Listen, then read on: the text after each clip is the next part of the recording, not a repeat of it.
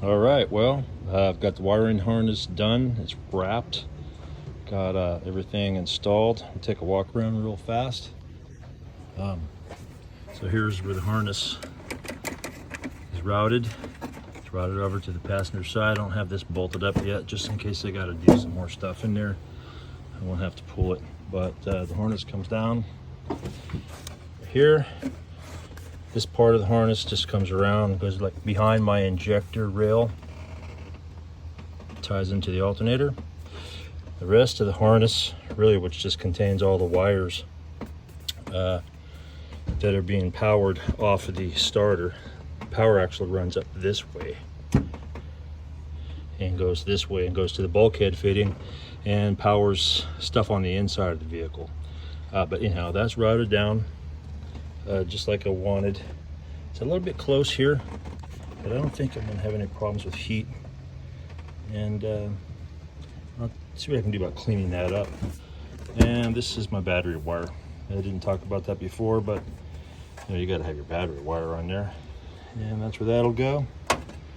And this wire right here, it's a Holley supplied exciter wire. So this will go to a 12 volt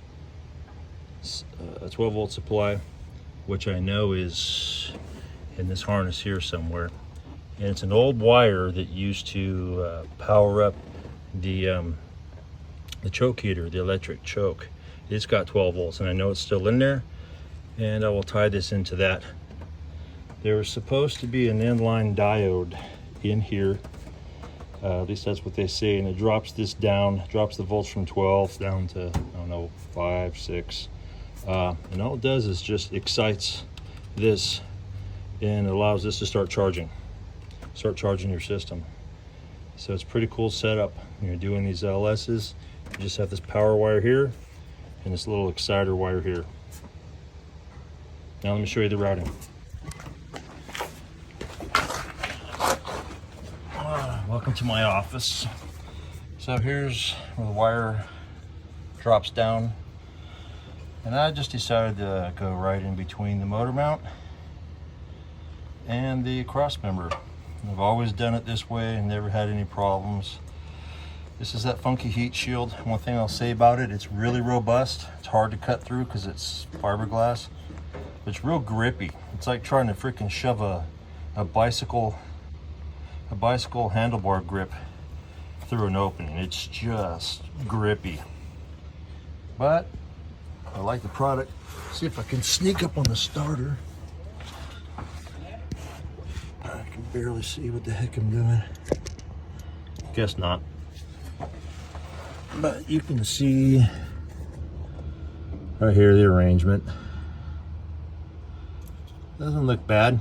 I just made sure that nothing was touching anything else. It's one thing you don't want. That black tube that crosses over my red power wire there, that's my oil dipstick tube. So that's the way I'm doing it. Pretty happy with it. I think it'll be just fine. And I did swap out those starter bolts. Those are the ones that have shoulders on them. I just one for one them. Took one out, replaced it, took one out, replaced it. No drama.